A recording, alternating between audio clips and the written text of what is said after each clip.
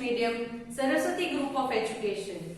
Today I am conducting the session for subject Social, SS, Social Studies, and this is for grade 5, chapter number 2, the imaginary lines, latitudes and longitudes, and this is the first session. Okay, तो आज हम grade 5 का chapter number 2 पढ़ने जा रहे हैं जिसका नाम है the imaginary lines, latitudes and longitudes, और ये हमारा इस चैप्टर के लिए फर्स्ट सेशन है. So shall we begin the chapter? Okay, so now let us recall from the first chapter in the previous grade a bit. पहले वाले chapter में से और प्रीवियस ग्रेड में से थोड़ा थोड़ा रिकॉल कर लेते हैं. Now, previous chapter, our previous chapter, that is chapter number 1 was our Earth, continents and oceans, correct? अब इस चैप्टर में हमने पढ़ा था कि पूरे अर्थ में, पूरे ग्लोब में 7 continents and 5 oceans है, correct? Now, इन continents और oceans को जब हम देखते हैं ग्लोब के ऊपर तो वो अलग अलग जगह पर दिखते हैं. Now if someone asks you to locate it, locate means उसे ढूंढना है, then how will you find? So to make that concept easier, उसे easy बनाने के लिए अर्थ के ऊपर, ग्लोब के ऊपर imaginary lines हमने बनाई है. Imaginary lines मतलब these lines are actually not found on the earth. Okay, अर्थ के सरफेस के ऊपर ऐसी कोई लाइन है नहीं, मगर हम लोगों ने इन लाइंस को इमेजिन करके ड्रॉ किया है मैप्स में, ग्लोब्स में. व्हाई? क्यों ऐसा करना चाहिए? बिकॉज क्योंकि अगर ये लाइंस है तो उसे लोकेट करना, उस पर्टिकुलर प्लेस को, किसी भी जगह का आपका नाम दे तो उसे लोकेट करना इजी होगा. For example let me see, here is your house. Okay, this is a rough figure of your house, and if I say that here is a hospital,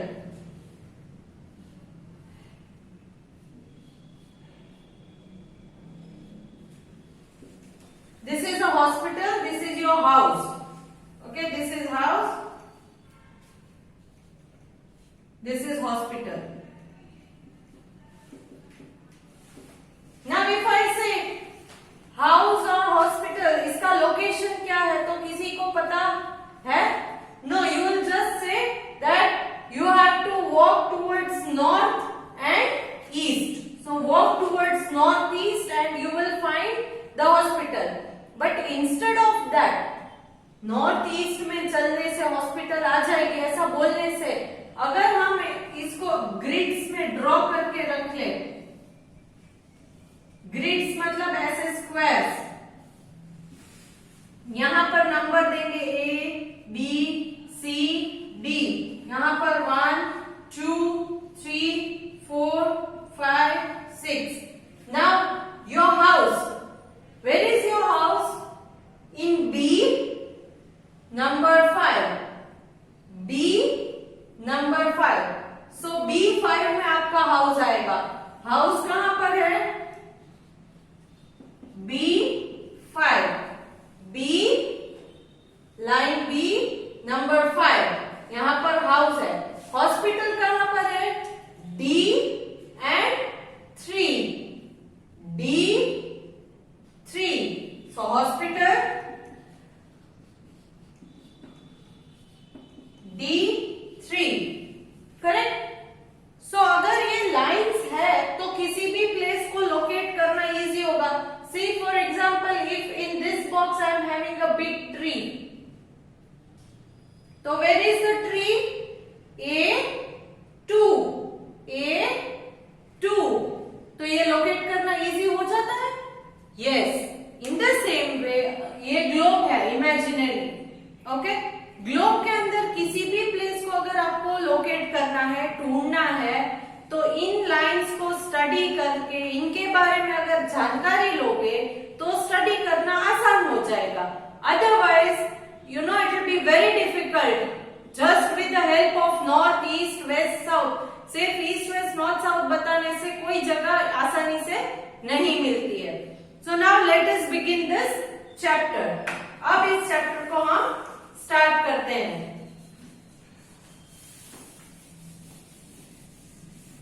okay, we are aware that the globe is a small model of earth. ये हमें already पता है कि globe क्या है, model of अर्थ, मतलब अर्थ का छोटा सा हमने मॉडल बनाया है जिसको हम ग्लोब कहते हैं, करेक्ट।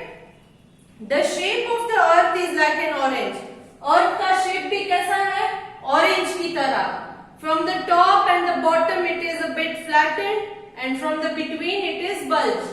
टॉप और बॉटम में फ्लैटेंड है, बिटवीन में से बल्ज्ड है। बल्ज मीन्स फूला हुआ, correct. It is a sphere which is slightly flattened at the top and bottom. Sphere मतलब कोई भी गोल चीज अगर है तो उसे स्फीयर कहते हैं, ओके। कोई भी गोल चीज, योर बॉल, फुटबॉल आपके पास अगर हो, क्रिकेट का बॉल हो तो उसे स्फीयर कहते हैं। कोई भी गोल चीज को स्फीयर कहते हैं। So it is flattened at the top and the bottom. और ये जो स्फीयर है वो टॉप और bottom, top means up, bottom means down, यहां से फ्लैट है। फ्लैट मीन्स थोड़ा सा चपटा। When we look at the globe, we see number of countries and important places marked on it. जब हम ग्लोब को देखते हैं तब उसमें बहुत सारे कंट्रीज है या बहुत सारे प्लेसेस है, इंपॉर्टेंट प्लेसेस जो हमें उसमें दिखाई देते हैं। सारे के सारे दुनिया में जितनी जगह सब नहीं होती है, मगर कुछ इंपॉर्टेंट कंट्रीज है या कुछ इंपॉर्टेंट प्लेसेस है वो वहां पर मार्क रहते ही हैं। Now if you are asked to locate a particular place, say Mumbai, how will you do that? अब उस पूरे ग्लोब में से अगर मैं आपको पूछूं कि show me where is Mumbai, Mumbai कहां पर है, तो आप दिखा पाओगे?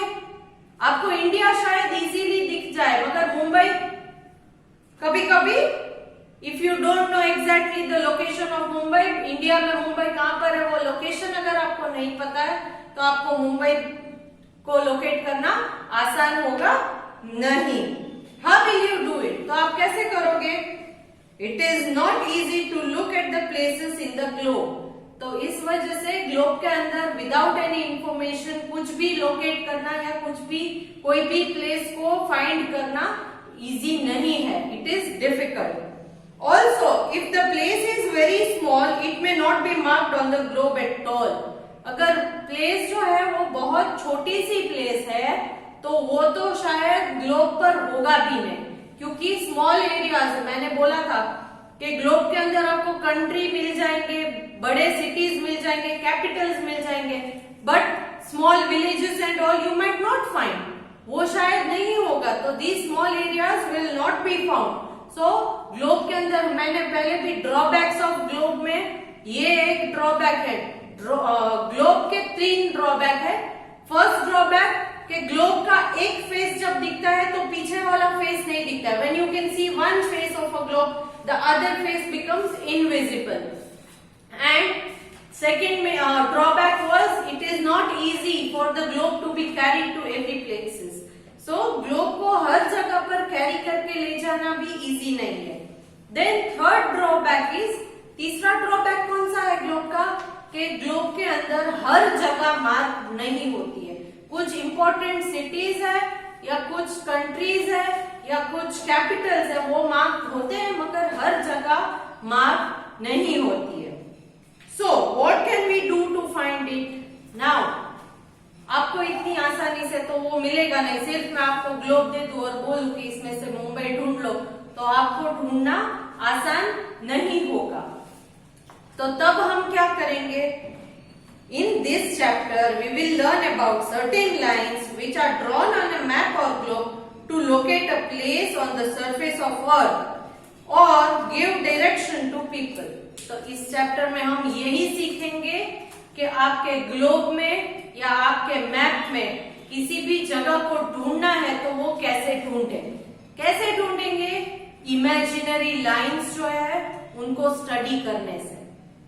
इमेजिनरी लाइंस, अब इमेजिनरी लाइंस का कोई तो नाम होगा ना, सिर्फ मैं ऐसे ही बोल दूंगी लाइंस, तो किस लाइन को आप ढूंढोगे? क्योंकि ग्लोब में, मैप में तो बहुत सारी लाइन होती है। तो ये लाइंस कौन सी है जिससे आप किसी भी प्लेस को लोकेट कर सको, इसके बारे में आज हम सीखेंगे इस सेशन में। Now as I told you earlier, this was the introduction. Now we are moving to second point, use of an atlas. Atlas क्या है? Since we are talking about the imaginary lines of a globe or a map, हम क्या पढ़ रहे हैं? Imaginary lines, globe और map की। तो ये मैप, ग्लोब तो वैसे ही पूरा एक ही होता है, just a one piece of Earth's model, but map में अगर डिटेल में हम जाएंगे तो आपने देखा होगा कि एटलास अगर आपके पास है या आपके बुक में भी ग्लोब दिया है, I mean drawing a picture of a globe, you can see it in page number 259. You can see some lines on it. उसके ऊपर कुछ लाइंस है, ग्रिड्स बनी है। ग्रिड मतलब horizontal and vertical lines are drawn and you can form a checks pattern on it. Checks वाला pattern पूरे globe पर दिखेगा, करेक्ट? सो ये जो है वो आपको एटलास में क्लियरली दिखेगा, हर मैप के अंदर ये होता है। ये एटलास क्या है? Book of map is called an atlas. A book of map is called an atlas.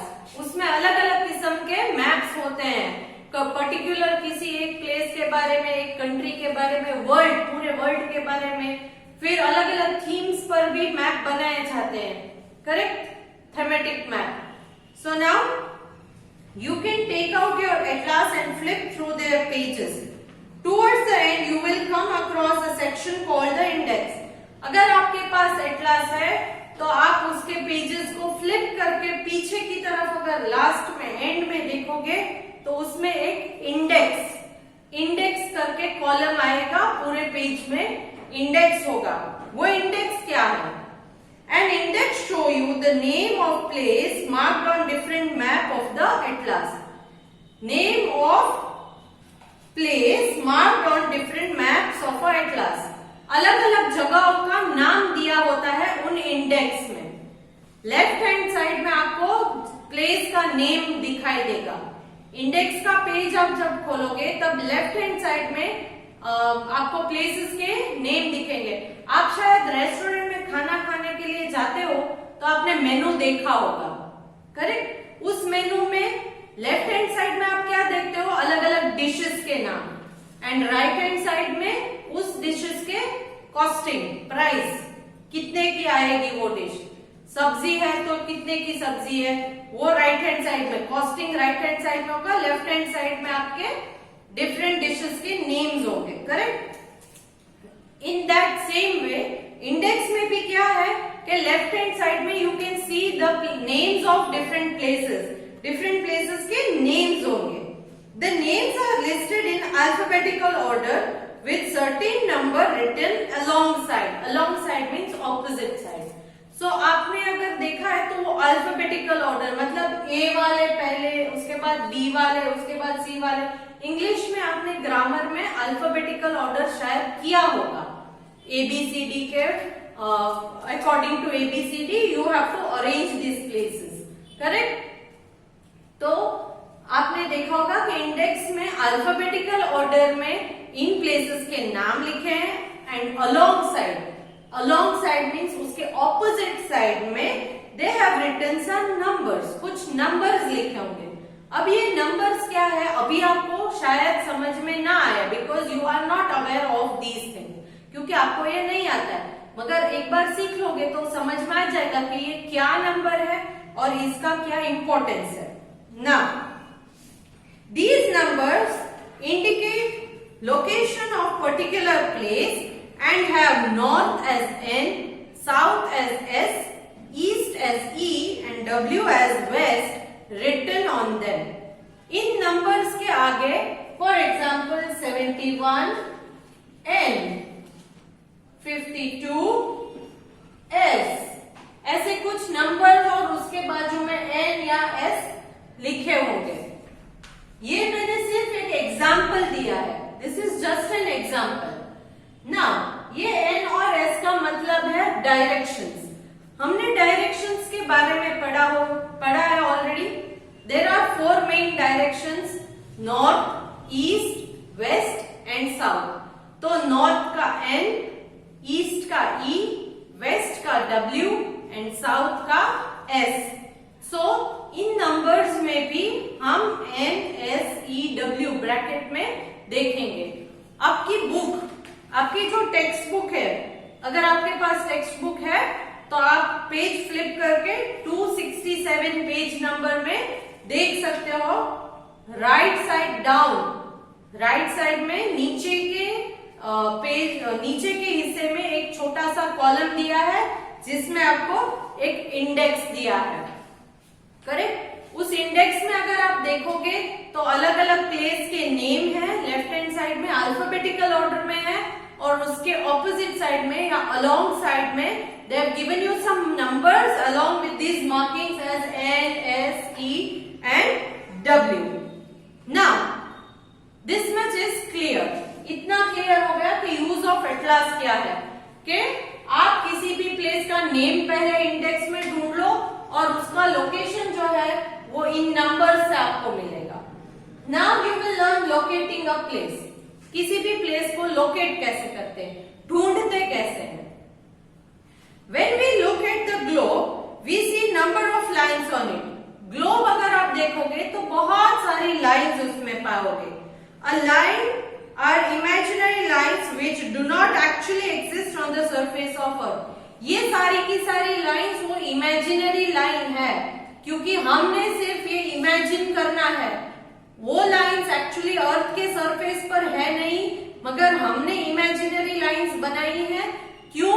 क्योंकि हमें आसानी हो किसी भी प्लेस को लोकेट करने के लिए। We draw such lines on the globe to make it easier to locate places. ये मैप के ऊपर या ग्लोब के ऊपर हम इसलिए ड्रॉ करते हैं ताकि हमारे लिए आसान हो इन प्लेसेस को लोकेट करना, इन प्लेसेस को ढूंढना, ताकि इन सारी लाइंस को एक एक अलग अलग नंबर दिया गया है।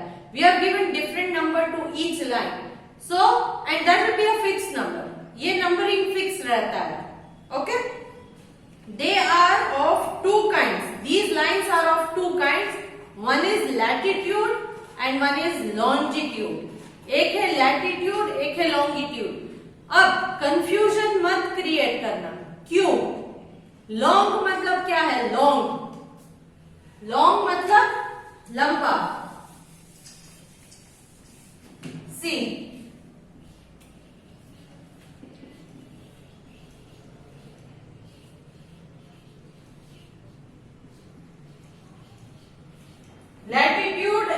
Latitude and longitude. लॉन्ग का मतलब है लंबा, तो लॉन्ग मतलब लंबा है, तो लंबा तो ऐसे कहते हैं ना, ऐसे को लंबा कहते हो?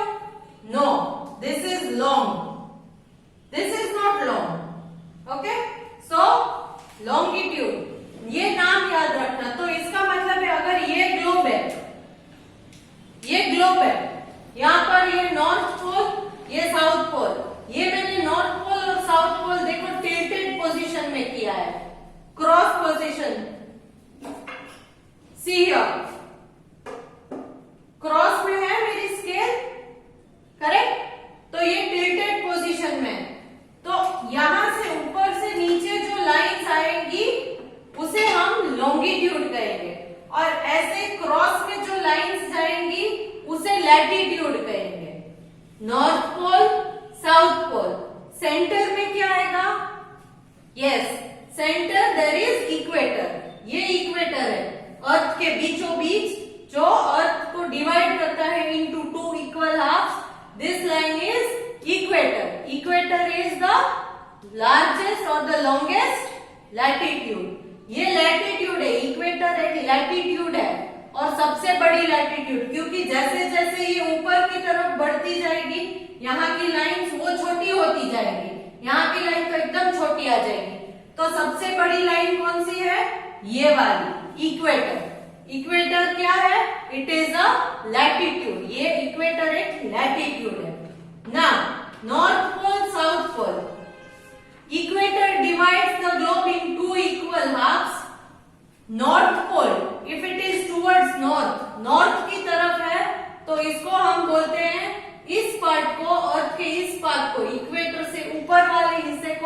नॉर्दर्न हेमिस्फीयर कहेंगे, इक्वेटर से नीचे के हिस्से को सदर्न हेमिस्फीयर कहेंगे। क्या कहेंगे? Southern hemisphere. नाउ